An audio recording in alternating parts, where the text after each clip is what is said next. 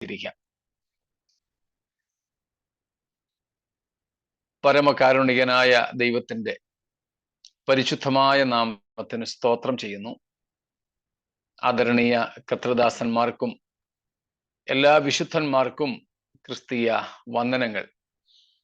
നമുക്ക് ഒരുമിച്ച് ഇന്നും തിരുസന്നിധിയിലേക്ക് വരുവാൻ ദൈവം ഒരുക്കിയ വിലപ്പെട്ട അവസരങ്ങൾക്കായി ഞാൻ കർത്താവിനെ വാഴ്ത്തുകയും സ്തുതിക്കുകയും ചെയ്യുകയാണ്.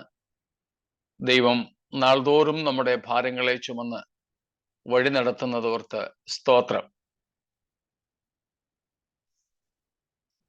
കേട്ടാൽ ഞെട്ടിപ്പോകുന്ന തരത്തിലുള്ള സംഭവങ്ങളൊക്കെ നമ്മുടെ ചുറ്റുപാടുകളിലും നടക്കുമ്പോൾ കർത്താവ് നമ്മെ ഓരോ ദിവസവും ബലമുള്ള കരങ്ങളാൽ വഹിച്ച് കർത്താവിൻ്റെ മഹത്വത്തിനു വേണ്ടി നടത്തുകയും വിശ്വാസത്തിലും ദൈവകൃപയിലും നിലനിർത്തുകയും ചെയ്യുന്നതോർത്ത് ദൈവത്തിന് മഹത്വം അർപ്പിക്കുകയാണ്. സ്തോത്രം. യൂദ പറയുന്നത് പോലെ വീഴാതെ വണ്ണം നമ്മെ സൂക്ഷിച്ച് തൻ്റെ മഹിമാസന്നിധിയിൽ കളങ്കം ഇല്ലാത്തവരായി ആനന്ദത്തോടെയും നിർത്തുവാൻ കഴിയുന്ന ആ കർത്താവിൽ നമുക്ക് ആശ്രയിക്കാം. ദൈവമായ കർത്താവ് നമ്മെ സഹായിക്കുമാറാകട്ടെ. സ്തോത്രം. നാം ഇന്നലെ ഏറ്റവും ഒടുവിൽ അത് പറഞ്ഞായിരുന്നുവല്ലോ നിർത്തിയത്. സ്തോത്രം. ഫിലദൽഫിയ ദൈവസഭയെയും സ്മുർണ ദൈവസഭയെയും കുറിച്ചുള്ള ചിന്തകളുടെ ഒരു ആവർത്തനമായിരുന്നു ഇന്നലെ ഏറ്റവും ഒടുവിൽ നാം നടത്തിയത്. യേശു കർത്താവ് കുറ്റമൊന്നും പറയാത്ത, വിമർശനമൊന്നും ഉന്നയിക്കാത്ത രണ്ട് സഭകളെ പോലെ നാമും കുറ്റമില്ലാത്തവരായി ദൈവസന്നിധിയിൽ നിൽക്കണം എന്നുള്ള ഒരാഹ്വാനത്തോടെയാണ് നാം നിർത്തിയത്. സ്തോത്രം. ഇപ്പോൾ എബ്രഹാം ജോസഫ് അഷ്ടങ്ങളും നമ്മോട് പറഞ്ഞുകൊണ്ടിരുന്നത് പോലെ സ്തോത്രം, നമ്മുടെ പേര് ഏറ്റുപറവാൻ കർത്താവ് ലജ്ജിക്കാത്ത തരത്തിൽ ദൈവം നമ്മെ നിലനിർത്തുമാറാകട്ടെ എന്ന തിരുസന്നിധിയിൽ ആഗ്രഹിക്കുന്നു. സ്തോത്രം. അതിനോട് ചേർത്ത് 1 കൊരിന്ത്യർ ലേഖനം 1-ാം അധ്യായത്തിന്റെ 8-ാമത്തെ വാക്യവും കൂടെ വായിച്ചാട്ടെ. ഇന്നലെ നമ്മൾ വായിച്ച വാക്യങ്ങളോട് ചേർത്ത് അതും കൂടെ വെക്കുവാനായിട്ട് സാധിക്കും. 1 Corinthians 1:8. വായിച്ചോ സൂര്യ. നമ്മുടെ കർത്താവായ യേശു ക്രിസ്തുവിന്റെ നാളിൽ കുറ്റമില്ലാത്തവരായിരിക്കേണ്ടതിന് അവൻ നിങ്ങളെ അവസാനത്തോളം ഉറപ്പിക്കും. സ്തോത്രം. ഇതാണ് നമ്മുടെ ധൈര്യം. നമുക്ക് സ്വയം നിൽക്കാൻ പ്രാപ്തിയില്ല. തനിച്ച് നടക്കുവാൻ ത്രാണിയില്ലാത്ത പ്രാണികളാണെന്ന്. പക്ഷേ നമ്മുടെ കർത്താവായ യേശുക്രിസ്തുവിന്റെ നാളിൽ കുറ്റമില്ലാത്തവരായി നിൽക്കുവാൻ ദൈവം നമ്മെ ഉറപ്പിച്ച് ശക്തീകരിക്കും. സ്തോത്രം. ആ കർത്താവിൻ്റെ കൃപയിൽ നമുക്ക് വീണ്ടും ശരണപ്പെടാം. സ്തോത്രം. കർത്താവിൻ്റെ നാളിൽ കുറ്റമില്ലാത്തവരായി നിൽക്കുവാൻ നമുക്ക് ദൈവം കൃപ ചെയ്യുമാറാകട്ടെ. ലജ്ജിതരാകാതിരിപ്പാൻ കർത്താവ് നമ്മെ സഹായിക്കുമാറാകട്ടെ. സ്തോത്രം. അതിനായിട്ട് വീണ്ടും നമ്മെ തന്നെ നമുക്ക് സമർപ്പിക്കാം. Price God. സ്തോത്രം. ഫിലദൽഫിയയിലെ സഭയെക്കുറിച്ചാണ് നമ്മളിപ്പോൾ പഠിച്ചുകൊണ്ടിരിക്കുന്നത്. സ്തോത്രം. കർത്താവിൻ്റെ പ്രശംസ ഏറ്റുവാങ്ങിയ വിശ്വസ്തയായ ഒരു നഗരവും വിശ്വസ്തയായ ഒരു സഭയുമാണ് ഫിലദൽഫിയ എന്ന് നാം ഇന്നലെ കണ്ടുവല്ലോ. സ്തോത്രം. കഴിഞ്ഞ 2 ദിവസങ്ങളായി നാം ഇന്നലെ ഏതാനും മിനിറ്റുകൾ മാത്രമേ നമ്മൾക്ക് ചിന്തിക്കുവാൻ കഴിഞ്ഞുള്ളൂ എങ്കിലും നാം അതേപ്പറ്റിയായിരുന്നു ഇന്നലെ കണ്ട് അവസാനിപ്പിച്ചത്. സ്തോത്രം. ഇപ്പോൾ ഫിലദൽഫിയയിലെ സഭ, സ്തോത്രം, മറ്റ് ഏഷ്യൻ സഭകളോട് ചേർന്ന് ഈ ഏഷ്യയിലെ സഭയും സ്ഥാപിതമായി എന്ന് നമുക്ക് മനസ്സിലാക്കുവാൻ കഴിയുന്നുണ്ട്. സ്തോത്രം. യോഹന്നാൻ അപ്പോസ്തലന്റെ ശുശ്രൂഷയിലാകാം ഈ ഫിലദൽഫിയയിലെ സഭയുടെ സ്ഥാപനം നടന്നത് എന്നാണ് പൊതുവെ ധരിക്കപ്പെടുന്നത്. സ്തോത്രം. ആദ്യ നൂറ്റാണ്ട് മുതലേ ഈ സഭ ഉണ്ടായിരുന്നു എന്നുള്ളതിന് തെളിവാണല്ലോ ഒന്നാം നൂറ്റാണ്ടിന്റെ അവസാന സമയത്ത് ഈ സഭയ്ക്ക് വേണ്ടിയുള്ള ദൂത് കർത്താവ് ദൂതൻ മുഖാന്തരം നൽകിയത്. സ്തോത്രം. യോഹന്നാൻ അപ്പോസ്തലന്റെ ശിഷ്യന്മാരുമൊക്കെ പലരും സഭാപിതാക്കന്മാർ എന്ന് വിളിക്കപ്പെടുന്നവരും ഈ സഭയിൽ ശുശ്രൂഷിച്ചിരുന്നു എന്ന് രേഖകളൊക്കെ ലഭിച്ചിട്ടുണ്ട്. സ്തോത്രം.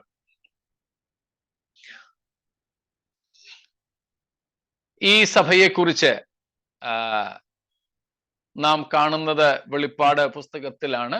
എന്നാൽ ഫിലദൽഫിയ എന്ന പദം നാം പുതിയ നിയമത്തിൽ ഏതാണ്ട് 6 സ്ഥലങ്ങളിലായിട്ട് കാണുന്നുണ്ട്. ആ റെഫറൻസുകളും കൂടെ ഞാൻ ഒന്ന് പറയാം. റോമർ 12ന്റെ 10ാമത്തെ വാക്യം, റോമൻസ് 12:10. 1-2 വാക്യങ്ങൾ ജസ്റ്റ് ഒന്ന് വായിക്കുന്നു, ബാക്കി നമ്മൾ എഴുതുന്നതേ ഉള്ളൂ. സഹോദര പ്രീതിയിൽ അതാണ് സഹോദര പ്രീതി എന്നുള്ളതാണ് ഫിലദൽഫിയ എന്ന പദം. സഹോദര പ്രീതി. 1 തെസ്സലോനിക്കർ 4:9, 1 Thessalonians 4:9. സഹോദര പ്രീതിയെ കുറിച്ച് അവിടെയും ഫിലദൽഫിയ. അതായത് പുതിയ നിയമത്തിൽ 6 സ്ഥലങ്ങളിൽ ഫിലദൽഫിയ എന്ന പദം കാണുന്നുണ്ട്. ഫിലദൽഫിയ എന്ന പേര് നമ്മൾ കാണുന്നത് വെളിപ്പാട് പുസ്തകത്തിലാണെങ്കിൽ കൂടെ ഫിലദൽഫിയ എന്ന പദത്തിന്റെ വ്യാഖ്യാനം അല്ലെങ്കിൽ അതിൻ്റെ അർത്ഥം പറഞ്ഞിരിക്കുന്ന ഭാഗങ്ങളാണ് നാം ഈ കാണുന്നത്. ബ്രദർലി ലവ്, ഭായിചാരേക്ക പ്രേം, സഹോദര പ്രീതി അഥവാ സഹോദര സ്നേഹം. അതുപോലെ എബ്രായർ 13:1, ഹീബ്രൂസ് 13:1.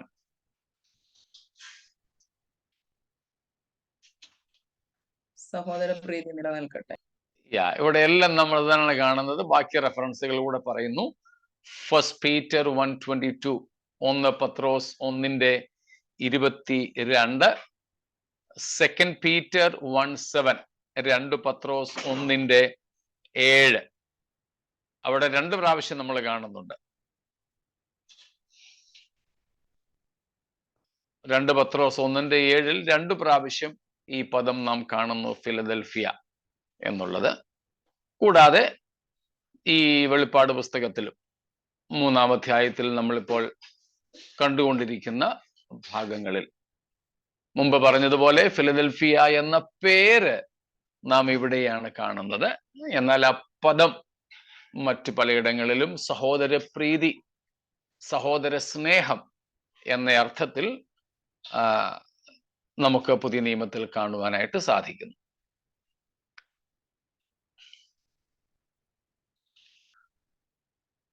ഒരു വിഭാഗം വേദപണ്ഡിതാക്കൾ പറയുന്നത് ഈ ഫിലദൽഫിയ സഭയുടെ ഒരു കാലഘട്ടമുണ്ട് എന്നാണ്. ആ കാലഘട്ടത്തെ പൊതുവെ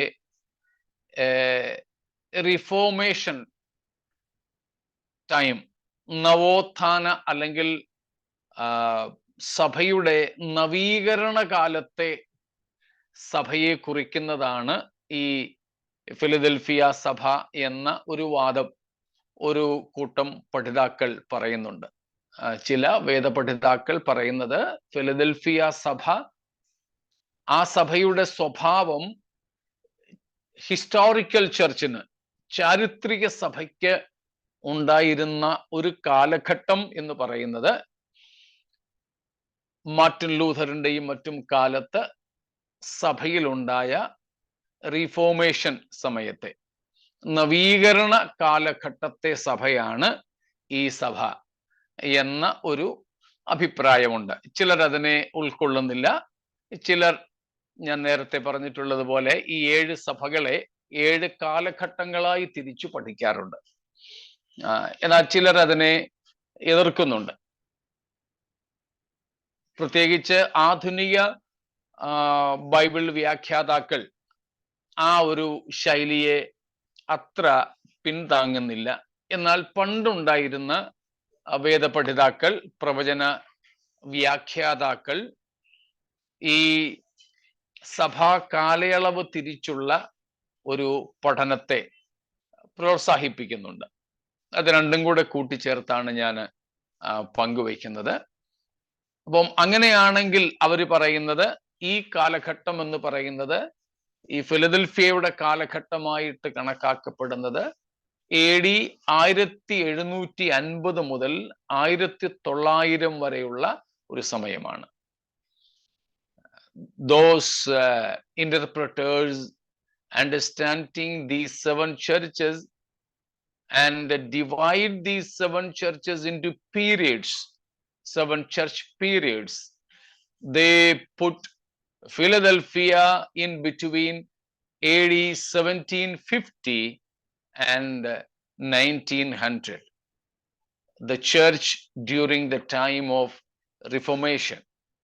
നവീകരണ കാലത്തെ സഭയെ പ്രതിനിധാനം ചെയ്യുന്നു ഫിലദൽഫിയ എന്ന ഒരു പഠിപ്പീരിലാണ് ഈ കാലഘട്ടത്തെ വേദപഠിതാക്കൾ മനസ്സിലാക്കുന്നത്. 1750 മുതൽ 1900 വരെയുള്ള കാലഘട്ടത്തിൽ സഭയുടെ ഒരു പ്രകൃതം ഈ നിലയിൽ ആയിരുന്നു എന്ന് മനസ്സിലാക്കുന്നു.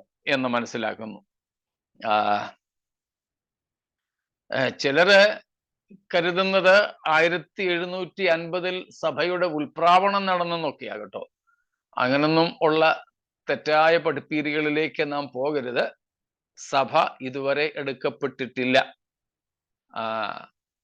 കുറച്ചു നാൾ മുമ്പ് ഞാൻ മറ്റൊരു സ്ഥലത്ത് ശുശ്രൂഷയ്ക്ക് വേണ്ടി പോയപ്പോൾ എവിടെ നിന്നോ എൻ്റെ നമ്പര് അവർക്ക് കിട്ടി.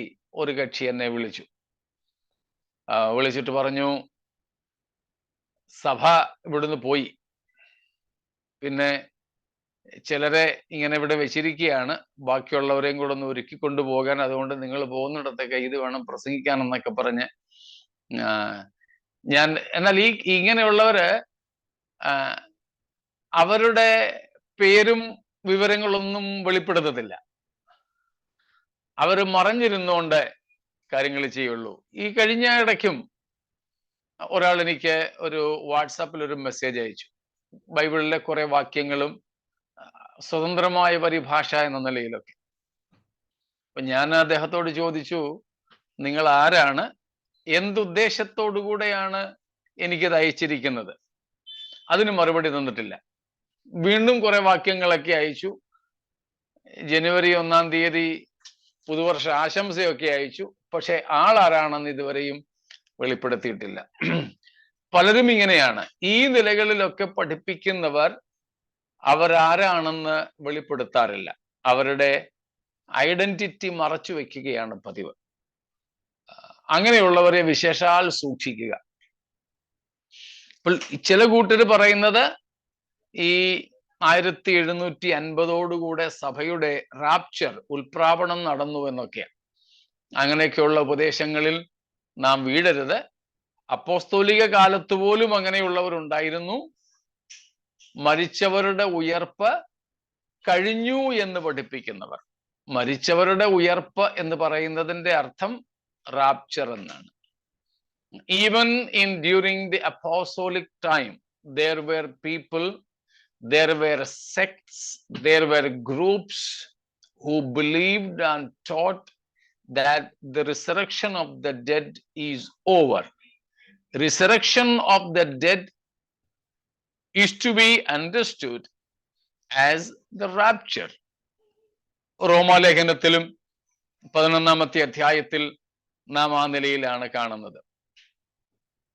ഇസ്രായേലിന്റെ യഥാസ്ഥാപനം മരിച്ചവരുടെ ഉയർപ്പെന്നല്ലാതെ എന്താകും എന്ന് ചോദിച്ചിരിക്കുന്നു. അപ്പോൾ മരിച്ചവരുടെ ഉയർപ്പ് എന്നതുകൊണ്ട് അർത്ഥമാക്കുന്നത് കർത്താവായ യേശുവിൻ്റെ മേഘപ്രത്യക്ഷത, സഭയുടെ ഉൽപ്രാവണം എന്നൊക്കെയുള്ളതാണ്. അപ്പോൾ ആ നിലകളിലൊക്കെ തെറ്റായ പഠിപ്പീരുകൾ പല ഇടങ്ങളിലുമുണ്ട്. അതുകൊണ്ട് അവയിൽ നിന്നൊക്കെ നാം ഒഴിഞ്ഞിരിക്കേണ്ടതാണ്. സ്തോത്രം. മടങ്ങി വരുന്നു.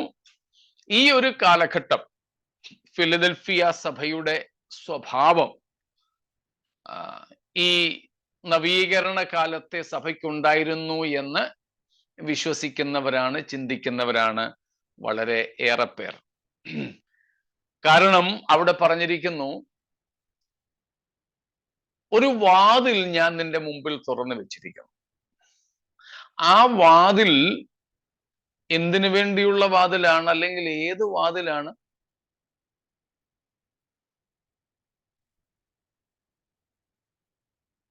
A door of missions, evangelism. ലോക സുവിശേഷീകരണത്തിനുള്ള ഒരു അവസരം എന്നതാണ് ആ വാതിൽ കൊണ്ട് അർത്ഥമാക്കുന്നത്. അത് വെച്ചുകൊണ്ടാണ് പറയുന്നത് ഈ ഫിലദൽഫിയ സഭയുടെ കാലഘട്ടം എന്ന് പറയുന്നത് നവീകരണ കാലമാണ്. കാരണം ലോകത്തിൻ്റെ ഏതാണ്ട് എല്ലാ രാജ്യങ്ങളിലേക്കും മിഷണറിമാർ സുവിശേഷവുമായി പോയ ഒരു കാലഘട്ടമായിരുന്നു ഈ നവീകരണ കാലഘട്ടം. അതുകൊണ്ടാണ് ഫിലദൽഫിയയുടെ സമയം ഈ പ്രത്യേക നവീകരണ കാലഘട്ടമാണെന്ന് വിശ്വസിക്കുന്നത്. അതിലേക്ക് നമുക്ക് പിന്നീട് വരാം. സ്തോത്രം.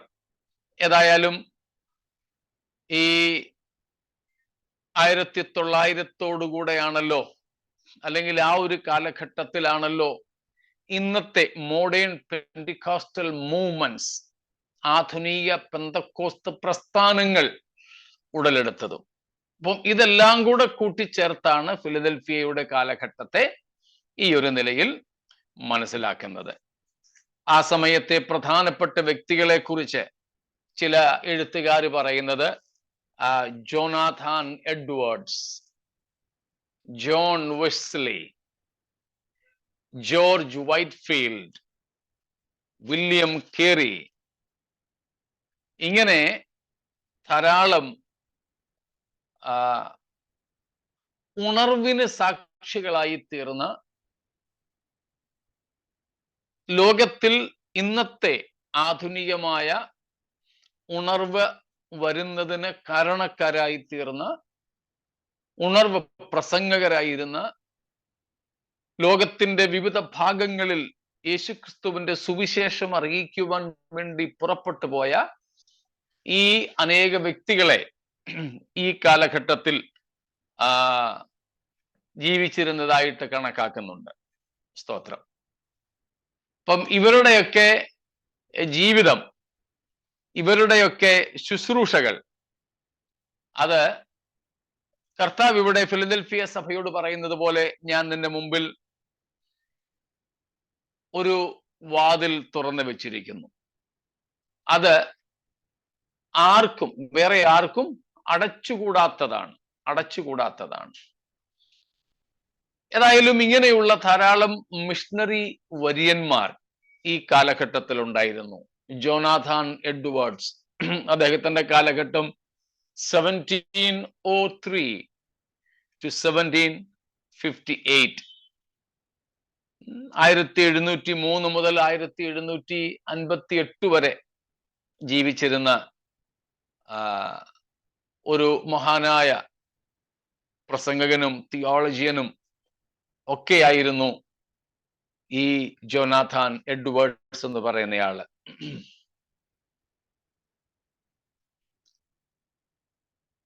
അതുപോലെ ജോൺ വെസ്ലിയെ കുറിച്ച് നമുക്കറിയാം.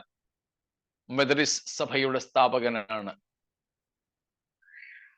1703 to 1791, 1703 മുതൽ 1791 വരെ ജീവിച്ചിരുന്ന മനുഷ്യനാണ്.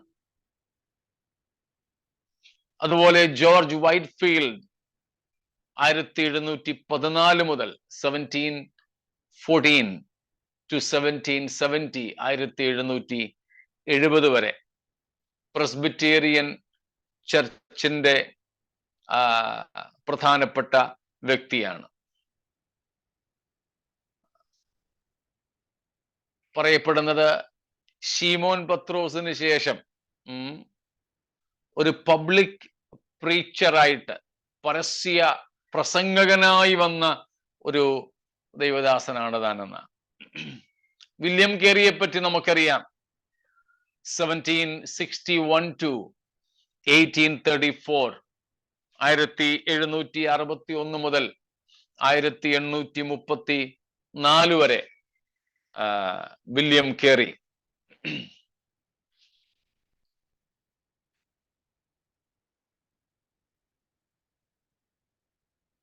അഡോണിറാം ജഡ്സൺ ചൈനയിലേക്ക് മിഷണറി ആയിട്ട് പോയ മനുഷ്യനാണ്. 1788 തൊട്ട് 1850 വരെ, 1788 to 1850. ഡേവിഡ് ലിവിങ്സ്റ്റൺ നമുക്കറിയാം, ഇരുണ്ട ഭൂഖണ്ഡമായ ആഫ്രിക്കയിലേക്ക് മിഷണറിയായി പോയ. ആഫ്രിക്ക എന്ന പേര് കേൾക്കുമ്പോൾ തന്നെ നമ്മുടെ മനസ്സിലേക്ക് ഓടിയെത്തുന്ന ശ്രേഷ്ഠ മിഷണറിയാണ് ഡേവിഡ് ലിവിങ്സ്റ്റൺ. 1813 to 1843, 1813 മുതൽ 1873 വരെയുള്ള കാലഘട്ടം. 1873. D.L. മൂഡി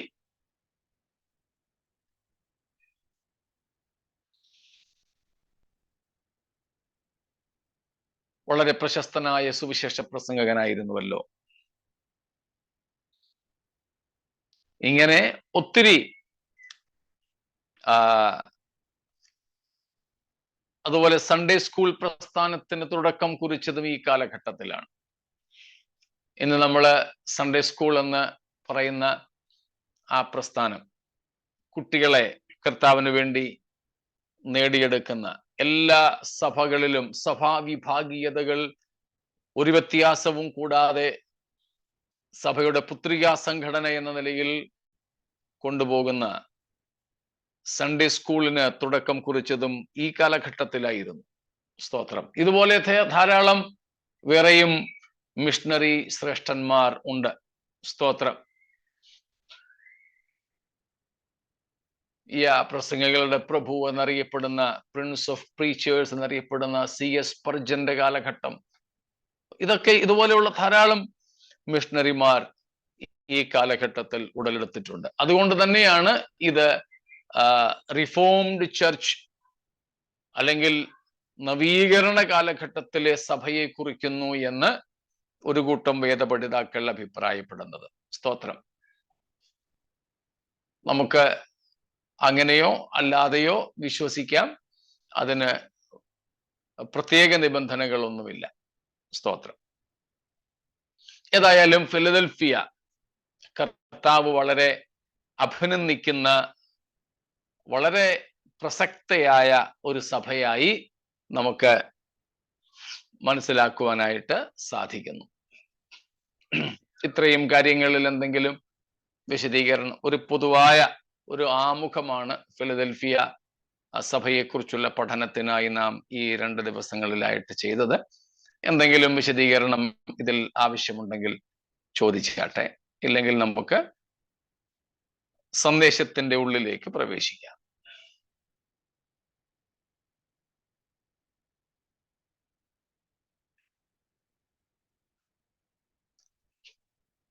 ശരി, എങ്കിൽ നമുക്ക് ഇനിയും എന്നും നാം ചെയ്തു വരുന്നത് പോലെ ഫിലദൽഫിയ സഭയോട് സന്ദേശം അറിയിക്കുന്ന ക്രിസ്തുവിനെ ഒന്ന് പരിചയപ്പെടാം. How the counselor is presented. Christ is the counselor, and let's see how Christ reveals himself to this church. ക്രിസ്തു എങ്ങനെയാണ് ഈ സഭയ്ക്ക് തന്നെ താൻ പരിചയപ്പെടുത്തുന്നത് എന്ന് നമുക്ക് നോക്കാം. സ്തോത്രം.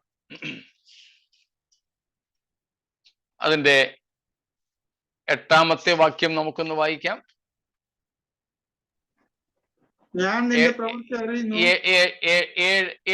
7-ാമത്തെ വാക്യം വായിച്ചാൽ.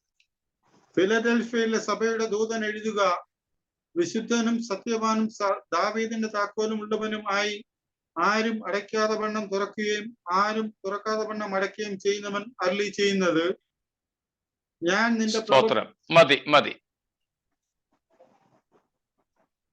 ക്രിസ്തു തന്നെത്താൻ സഭയ്ക്ക് പരിചയപ്പെടുത്തുന്നു. ഞാൻ മുമ്പേ ഒരു കാര്യം പറഞ്ഞത് ഓർമ്മ കാണുമല്ലോ. വ്യാജന്മാർ തങ്ങളുടെ വ്യക്തിത്വത്തെ, വിലാസത്തെ മറച്ചു വയ്ക്കും. എന്നാൽ ക്രിസ്തു അഥവാ ദൈവം എപ്പോൾ ആരോട് സംസാരിച്ചാലും താൻ ആരാണെന്ന് വെളിപ്പെടുത്തും. മനസ്സിലായോ? സ്തോത്രം. വ്യാജന്മാർ തങ്ങൾ ആരാണെന്ന് മറച്ചു വയ്ക്കുമ്പോൾ ദൈവം ആദ്യമേ തന്നെ പരിചയപ്പെടുത്തുകയാണ് ചെയ്യുക. 7 സഭകളോടുള്ള ബന്ധത്തിലും നോക്കിക്കോളൂ. ഏറ്റവും ആദ്യം ക്രിസ്തു തന്നെ താൻ പരിചയപ്പെടുത്തുക. എവിടെയും കർത്താവ് തൻ്റെ ഐഡന്റിറ്റിയെ മറച്ചു വയ്ക്കുന്നില്ല, താൻ ആരാണെന്ന് ഒളിച്ചു വയ്ക്കുന്നില്ല. Always this is a proof, or this is a test to find out the true and the false. The true God, Christ, Holy Spirit always reveals his identity. He has nothing to hide. But always the devil hides his identity. Also his servants in this world. ലോകത്തിൽ ദൈവത്തിൻ്റെ ഭൃത്യന്മാരും വ്യാജമായി തങ്ങളെ മറച്ചു വയ്ക്കുന്നില്ല. പക്ഷേ സാത്താനും അവന്റെ സേവകന്മാരും തങ്ങൾ ആരാണ് എന്ന് വെളിപ്പെടുത്താറില്ല. അഥവാ വെളിപ്പെടുത്തിയാലും വ്യാജമായേ വെളിപ്പെടുത്തുകയുള്ളൂ. അത് വളരെ ചുരുക്കം പേർക്ക് മനസ്സിലാക്കുവാനും സാധിക്കൂ. മനസ്സിലാക്കി വരുമ്പോഴേക്കും ആള് നരകത്തിൽ വാതിൽക്കലെത്തിയിരിക്കും. ഇവിടെ കർത്താവ് തന്നെ താൻ പരിചയപ്പെടുത്തുകയാണ്. Who is the speaker? Who is the counselor? He has nothing to hide. He reveals himself. തന്നെ താൻ പരിചയപ്പെടുത്തുന്നു. അതുകൊണ്ടാണ് നമ്മൾ വേദപുസ്തകത്തിലെ ദൈവത്തെ നമ്മൾ ട്രിനിറ്റി പഠിച്ച സമയത്ത് പഠിച്ചായിരുന്നു. God of the Bible is a, ഓർമ്മയുണ്ടോ ആർക്കെങ്കിലും? തന്നെത്താൻ വെളിപ്പെടുത്തുന്ന ദൈവം. തന്നെത്താൻ വെളിപ്പെടുത്തുന്ന ദൈവം. God of the Bible is a self-revealing God. തന്നെത്താൻ വെളിപ്പെടുത്തുന്ന ദൈവമാണ് ബൈബിളിലെ ദൈവം. ഈ ദൈവത്തെ ആരും തിരക്കി പിടിച്ച് ഇന്റർവ്യൂ ഒന്നും നടത്തി പരിചയപ്പെടുത്തേണ്ടതില്ല. സ്തോത്രം. ഈ ദൈവം തന്നെത്താൻ പരിചയപ്പെടുത്തുന്നു. ഇവിടെയും അത് തന്നെയാണ് ചെയ്തിരിക്കുന്നത്. നമുക്ക് ഇവിടെ നമ്മുടെ കർത്താവിനെ കുറിച്ച് എന്തൊക്കെ മനസ്സിലാക്കുവാൻ സാധിക്കുന്നു? 7-ാമത്തെ വാക്യത്തിൽ കണ്ടോ? ഒന്നാമത് പറഞ്ഞിരിക്കുന്ന കാര്യം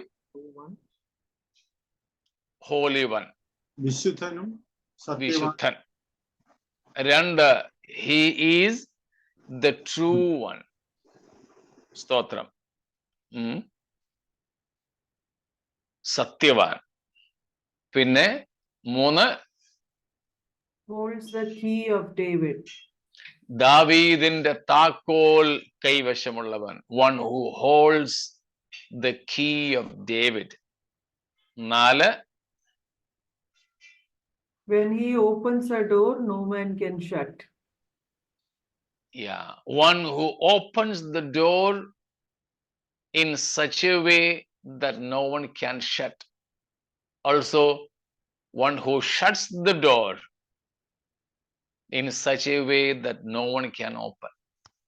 ആർക്കും അടയ്ക്കാതെ വണ്ണം തുറക്കുവാനും ആർക്കും തുറക്കാൻ കഴിയാതെ വണ്ണം അടയ്ക്കുവാനും കഴിയുന്ന ഒരു കർത്താവ്. സ്തോത്രം. അപ്പോൾ ഈ 7-ാമത്തെ വാക്യത്തിൽ തന്നെ നമുക്ക് നമ്മുടെ കർത്താവിനെ ഈ 4 നിലകളിൽ പരിചയപ്പെടുവാനായിട്ട് സാധിക്കുന്നു. സ്തോത്രം. Self introduction in verse number 7 itself. സ്തോത്രം.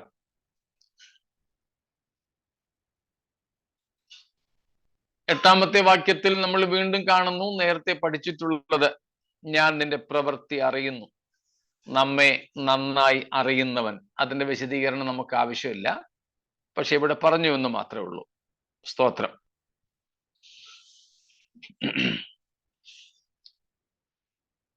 പത്താമത്തെ വാക്യത്തിൽ നാം കാണുന്നു, വേഴ്സ് നമ്പർ 10,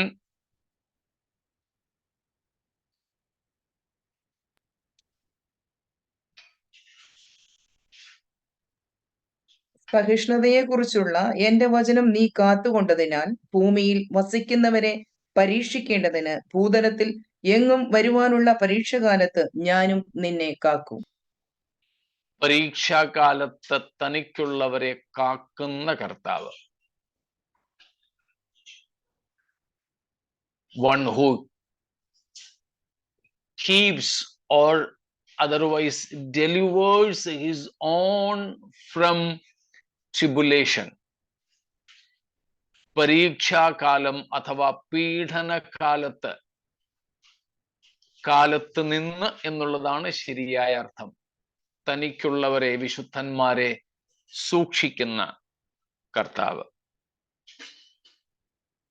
നെക്സ്റ്റ് വൺ, 11-ാമത്തെ വാക്യത്തിൽ നമ്മൾ നേരത്തെ പഠിച്ചതാണ്, ഇതാ ഞാൻ വേഗം വരുന്നു.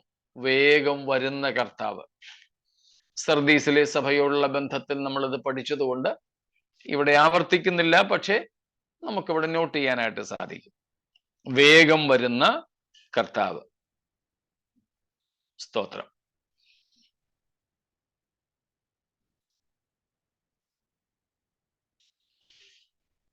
അടുത്തത്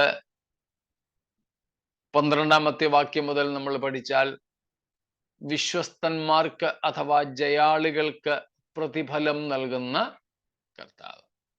One who, or our Lord is Jesus Christ, is one who gives away the rewards to the faithful ones, to the overcomers. ജയാളികൾക്ക് അല്ലെങ്കിൽ വിശ്വസ്തന്മാർക്ക് പ്രതിഫലങ്ങളെ നൽകുന്നവൻ. ഈ നിലകളിൽ നമുക്ക് കർത്താവിനെ കാണുവാൻ സാധിക്കുന്നുണ്ട്. വീണ്ടും നിങ്ങൾ വായിച്ചു നോക്കുക, ചിലപ്പോൾ വേറെയും ചിലത് കിട്ടിയെന്നിരിക്കാം. സ്തോത്രം. അപ്പോൾ ഇവിടെ നിന്നും ഏറ്റവും ആദ്യം 7-ാമത്തെ വാക്യത്തിലേക്ക് നമുക്ക് പോകാം. 7-ാമത്തെ വാക്യത്തിൽ നമ്മൾ കാണുന്നു, ഒന്നാമത് നമ്മുടെ കർത്താവ് തന്നെ പരിചയപ്പെടുത്തുന്നതാണ് Holy. He who is holy, or the one who is holy. സ്തോത്രം.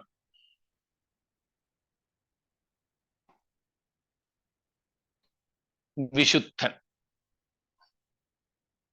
വിശുദ്ധൻ. സ്തോത്രം. നമുക്കറിയാം,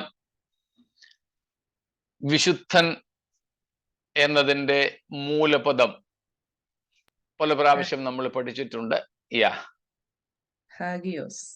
ഹാഗിയോസ്. Greek hagios. അർത്ഥവും നമുക്കറിയാം, Set apart for a specific purpose. ഇവിടെ നമ്മൾ കുറച്ചും കൂടെ പറയുകയാണെങ്കിൽ, set apart for the very person and purpose of God. Holy God. സ്തോത്രം. പരിശുദ്ധനായ ദൈവത്തിനു വേണ്ടിയും ദൈവത്തിന്റെ ഉദ്ദേശങ്ങൾക്കു വേണ്ടിയും വേർതിരിക്കപ്പെട്ടത് എന്നാണ് ഹാഗിയോസ് വിശുദ്ധം എന്നതിൻ്റെ അല്ലെങ്കിൽ വിശുദ്ധൻ എന്നതിൻ്റെ പ്രാഥമികമായ അർത്ഥം. The primary meaning, set apart, separated, consecrated for the person and purpose of the most holy God.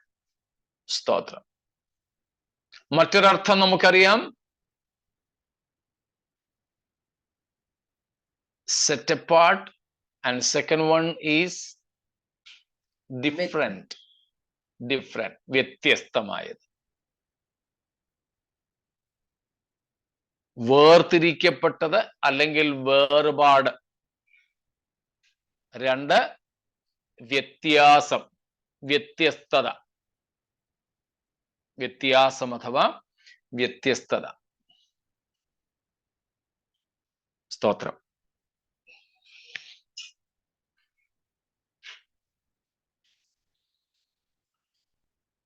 ഈ അർത്ഥങ്ങൾ നമ്മൾ നേരത്തെ പഠിച്ചിട്ടുണ്ട്. അതുപോലെ വിശുദ്ധം എന്നതിന്റെ വിപരീതവും നമ്മൾക്കറിയാം. കോമൺ, സർവസാധാരണം. വേദപുസ്തക ഭാഷയിൽ പറഞ്ഞാൽ സാമാന്യമായത്, കോമൺ. ഇതെല്ലാം നമ്മൾ നേരത്തെ പഠിച്ചിട്ടുണ്ട്. എന്നാൽ ഇവിടെ നമ്മൾ ഇതുവരെ പഠിച്ചതിൽ നിന്നും വ്യത്യസ്തമായ ഒരു ടൈറ്റിലാണ്. Not just a state, but it is a title here for Christ. ഇവിടെ യേശുക്രിസ്തുവിന്റെ ഒരു സ്ഥാനപ്പേര വിശുദ്ധൻ എന്ന് കൊടുത്തിരിക്കുന്നത്. സ്തോത്രം. ക്രിസ്തുവിന്റെ സ്ഥാനപ്പേര വിശുദ്ധൻ. It's a title given to God. ഇവിടെ യേശു തന്നെ താൻ ആരാണെന്നാ പറയുന്നത്? വിശുദ്ധൻ എന്ന് പറഞ്ഞാൽ അതിന്റെ അർത്ഥം എന്താ? ഏറ്റവും ലളിതമായിട്ട് പറഞ്ഞാൽ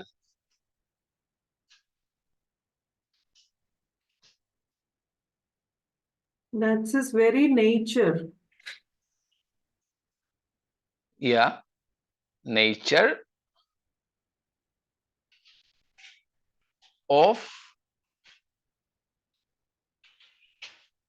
God. Absolutely. When Christ is presenting himself as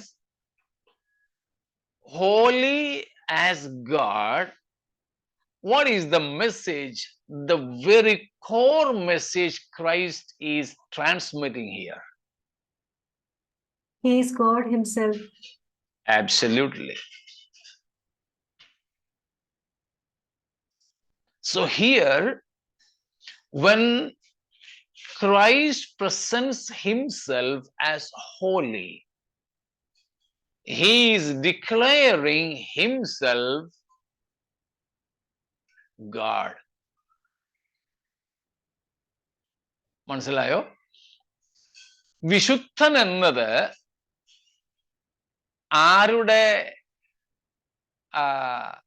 സ്ഥാനപ്പേരാണ്?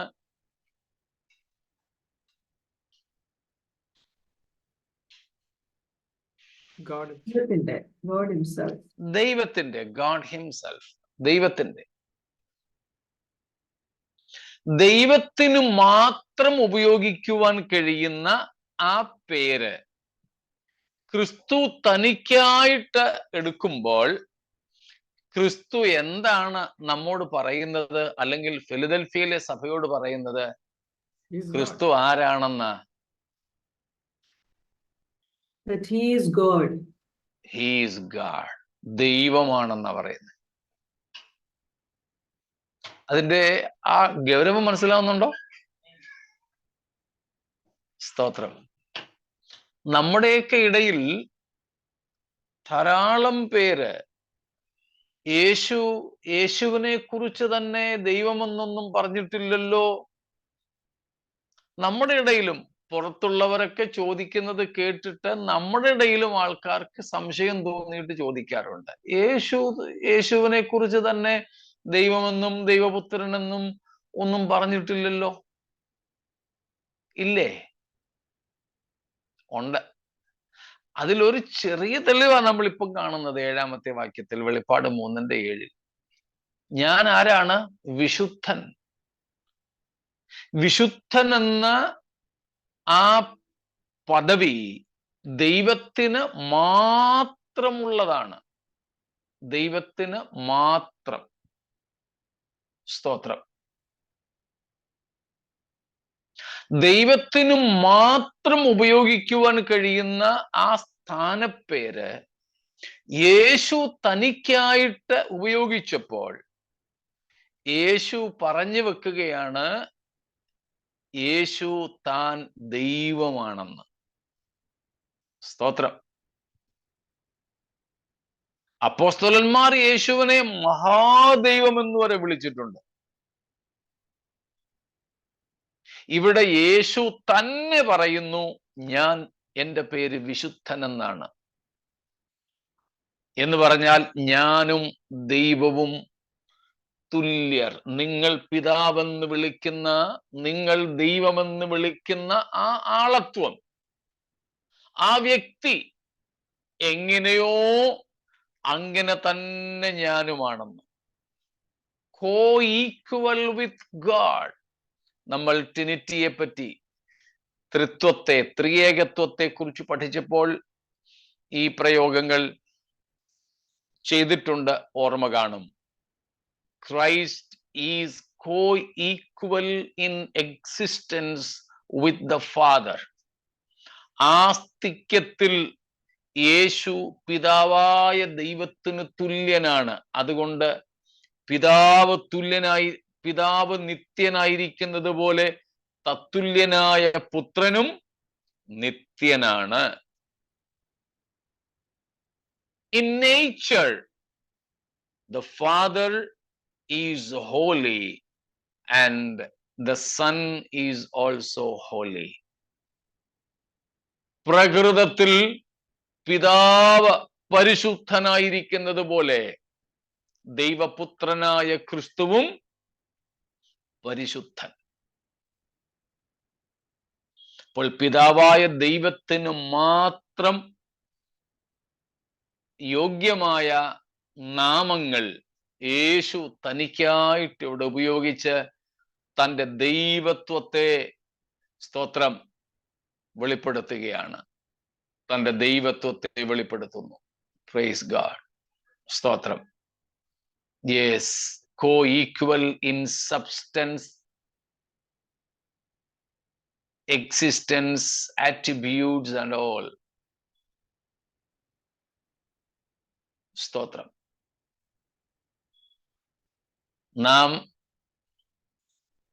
എന്നോട് കഴിഞ്ഞൊരു ദിവസം ഒരു ദേവദാസൻ ചോദിച്ചു, ഒരു മീറ്റിങ്ങിൽ വെച്ച്,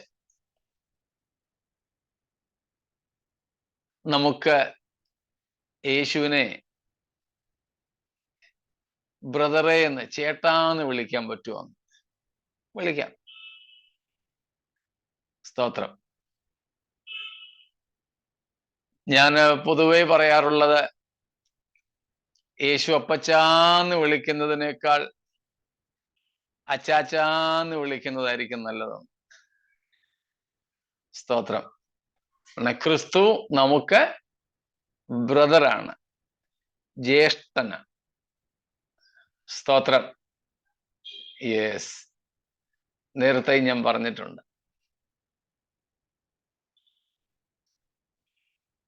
യേശു നമുക്ക് ഒരു അച്ചാച്ചനാണെങ്കിലും, മൂത്ത അച്ചാച്ചനാണെങ്കിലും, നമ്മുടെ നാടിന്റെ അനുസരിച്ച് ചേട്ടനെന്നോ ചേട്ടായിന്നോ അച്ചായനെന്നോ അച്ചാച്ചനെന്നോ ഒക്കെ വിളിച്ചോളൂ. ഭയ്യാന്നോ ഭാവുന്നോ ഒക്കെ വിളിച്ചോ, അണ്ണാന്നോ ഒക്കെ വിളിച്ചോ, നോ പ്രോബ്ലം. സ്തോത്രം.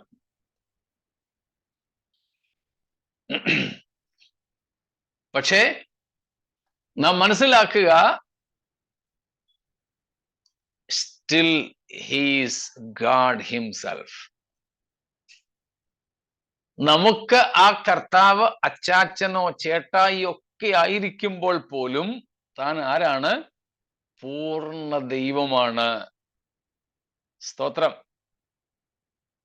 He is fully God, co-equal with God. It was only for 3 decades he emptied himself from that equality with the Father. ഒരു 3 പതിറ്റാണ്ടേക്ക് അല്ലെങ്കിൽ പോട്ടെ ഒരു 3.3 അല്ലെ 3.4 ഡെക്കേഡ്സ് പതിറ്റാണ്ടേക്ക് മാത്രമാണ് ദൈവത്തോടുള്ള സമത്വത്തെ മുറുകെ പിടിക്കാതെ യേശു തന്നെത്താൻ ഒഴിച്ചത്. സ്തോത്രം. അന്നും ദൈവമല്ലാതിരുന്നില്ല. ഈ 3 പതിറ്റാണ്ടോളം യേശു ഭൂമിയിൽ പിറന്ന ആ 3 പതിറ്റാണ്ടോളം പിതാവിനോടുള്ള സമത്വം യേശു മുറുകെ പിടിക്കാതെ തന്നെ താൻ ഒഴിച്ചുവെങ്കിലും താൻ ആരല്ലാതിരുന്നില്ല, താൻ ആരല്ലാതായില്ല, ദൈവമല്ലാതായില്ല. ആമേൻ. അത് മനസ്സിലാക്കിക്കോണം. യേശു തന്നെ താൻ ഒഴിച്ചു, പക്ഷെ ദൈവത്വത്തെ വിട്ടിട്ടില്ല. തന്റെ ദൈവത്വം ഉപേക്ഷിക്കാൻ ഒക്കുന്ന ഒന്നല്ല. സ്തോത്രം. Even though he did not consider himself equal with the Father, or he did not hold on to that equality for 3+ decades, 3.4, even if we consider the pregnancy period, almost 34 years. Even though he did not hold on to that equality, he emptied himself. That doesn't mean that he was not God during those times. Still, even then, he was God, fully God. As we learned during Trinity, it was not subtraction of his deity, but Addition of humanity. addition of humanity. Absolutely. യേശു മനുഷ്യനായി പിറന്നു എന്ന് പറയുമ്പോൾ യേശുവിന്റെ ദൈവത്വത്തെ മാറ്റിവെച്ചു എന്നല്ല, അതോടൊപ്പം മനുഷ്യത്വവും കൂടെ കർത്താവ് എടുത്തു എന്ന് മാത്രമേ ഉള്ളൂ. അതുകൊണ്ട് നാം ഇന്ന് ചേട്ടാന്ന് വിളിച്ച് വളരെ സ്നേഹത്തോടെ വളരെ അടുപ്പത്തോടെ ഇടപെടുന്ന നമ്മുടെ കർത്താവ് മഹാദൈവമായിരുന്നെന്നും ഇപ്പോഴും മഹാദൈവമായിരിക്കുന്നെന്നും ഒരിക്കലും അവൻ ദൈവമല്ലാതായില്ല എന്നുമുള്ള സത്യം മനസ്സിലാക്കി ആ ദൈവത്തിന് അർഹമായ മഹത്വം കൊടുത്തുകൊണ്ട് സ്തോത്രം ആത്മാവിൽ ആ കർത്താവിനെ ആരാധിപ്പാൻ, ഉള്ളു തുറന്ന് കർത്താവിനെ സ്നേഹിപ്പാൻ നമുക്ക് ഇടയാകട്ടെ എന്ന് പറഞ്ഞ് ഇന്ന് ഇവിടെ സമയം പോയത് കൊണ്ട് നിർത്തുന്നു. കർത്താവിന്റെ വരവ് താമസിച്ചാൽ ബാക്കി നമുക്ക് നാളെയാകാം. സ്തോത്രം. ഈ ഇത്ര വലിയ കർത്താവിനെ നമുക്ക് ദൈവമായി, പിതാവായി, രക്ഷകനായി, നമ്മുടെ ജ്യേഷ്ഠ സഹോദരനായിട്ടൊക്കെ ലഭിച്ചതുകൊണ്ട് നാം ഭാഗ്യമുള്ളവരാണ്. സ്തോത്രം.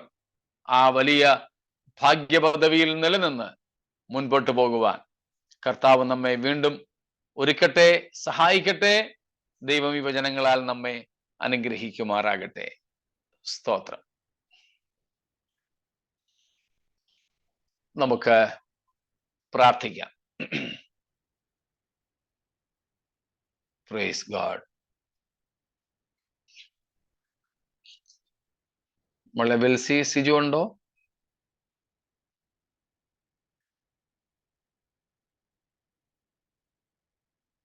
ഇല്ല അങ്കിൾ. ഓക്കെ, സ്തോത്രം.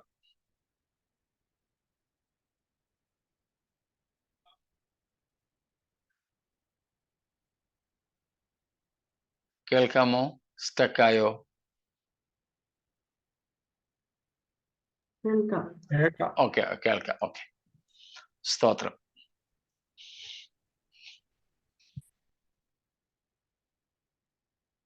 സോഫി ബ്ലസൻ ബ്രദർ ഉണ്ടോ? ഇല്ല അച്ഛാ. ഇല്ല.